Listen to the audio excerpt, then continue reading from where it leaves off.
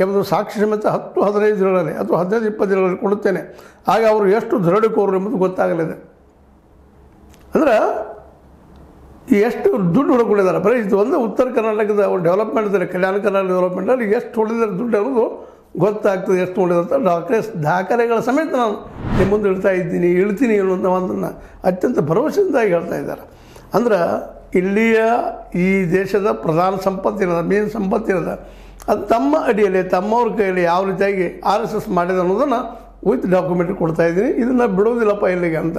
ಇದು ಆರಂಭ ಅಷ್ಟ, ಇನ್ನೂ ಅಂತ್ಯದ ಭಾಳ ದೂರದ್ದದ. ಯಾಕಂದ್ರೆ ಎಲ್ಲ ಒಂದು ಮೂಮೆಂಟ್ಗೂ ಮೂಲ ಏನಪ್ಪ ಅಂದ್ರೆ ಆದಾಯ, ಇನ್ಕಮ್. ಒಂದು ಯಾವುದೋ ಮೂಮೆಂಟ್ ಮಾಡ್ಬೇಕಾದ್ರೆ ಮೂಲ ಯಾವುದಪ್ಪ ಅಂತ ಕೇಳ್ತಾ ಇರ್ತೀವಿ. ಇವತ್ತು ಸಹಿತ ಯಾರಾದರೂ ನಮ್ಮನ್ನು ಹನಿಬೇಕಾಗಿದ್ದಪ್ಪ ಅಂದ್ರೆ ಆರ್ಥಿಕ ಮೂಲ ಯಾವುದು ಇವ್ರದ್ದು ಅದನ್ನು ಕಟ್ ಮಾಡೋಂಥ ಪ್ರಯತ್ನ ಮಾಡ್ತಾ ಇರ್ತಾರೆ. ಹಂಗಿದ್ದು ಇಲ್ಲಪ್ಪ ಈ RSSದ ಮೂಲ ಗುರುದಕ್ಷಿಣ ಅಂತ ಅವ್ರು ಹೇಳ್ತಾ ಇದ್ದಾರೆ, ಮತ್ತೇನು ಹೇಳ್ತಾ ಇದ್ದಾರೆ.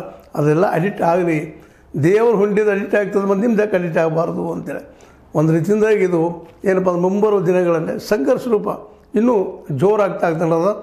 ಇನ್ನೊಂದು ನಾವು ಇತ್ತೀಚಿನ ನೋಡ್ತಾ ಇದ್ದೀವಿ, ಇಲ್ಲೇ ಕರ್ನಾಟಕದಲ್ಲಾಗಿರ್ಬೋದು, ಅದು ವಿಶೇಷವಾಗಿ ಕರ್ನಾಟಕದಲ್ಲೇ ಈ ಒಂದು ಸಿದ್ದರಾಮಯ್ಯ ಸರ್ಕಾರ ಬಂದ ಮೇಲೆ RSS ಅದ ವಿರೋಧವಾಗಿ ಸಂಘಟನೆಗಳು ಹುಟ್ಕೊಳ್ತಾ ಇದ್ದಾವೆ.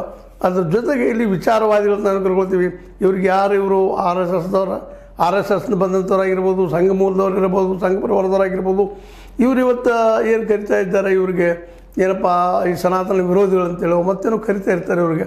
ಅಥವಾ ನೆಕ್ಸ್ಲೈಟ್ಸ್, ನಗರದ ನೆಕ್ಸ್ಲೈಟ್ಸ್, ಅವರು ಸಹಿತ ಇವತ್ತು ಜಾಗೃತರಾಗ್ತಾ ತಾವು ನಿಜವಾಗಿ ಏನು ಮಾಡ್ತಾ ಇದ್ದೀವಿ, ನಾವು ನಕ್ಸಲಿಸಮ್ ಯಾಕೆ ನಾವು ಬೆಳೀತೀವಿ ಅನ್ನೋದು ಸಹಿತ ಹೇಳ್ತಾ ಇರ್ತಾರೆ. ಈಗ ಅವರು ಸಹಿತ ಈ ಫೀಲ್ಡ್ ಇಳಿತಾ ಇದ್ದಾರೆ. ಆದರೆ ಅವ್ರು ಎಷ್ಟು ಮಟ್ಟಿಗೆ ಯಶಸ್ವಿ ಆಗ್ತಾರೋ ಬಿಡ್ತಾರೋ ಗೊತ್ತಿಲ್ಲ.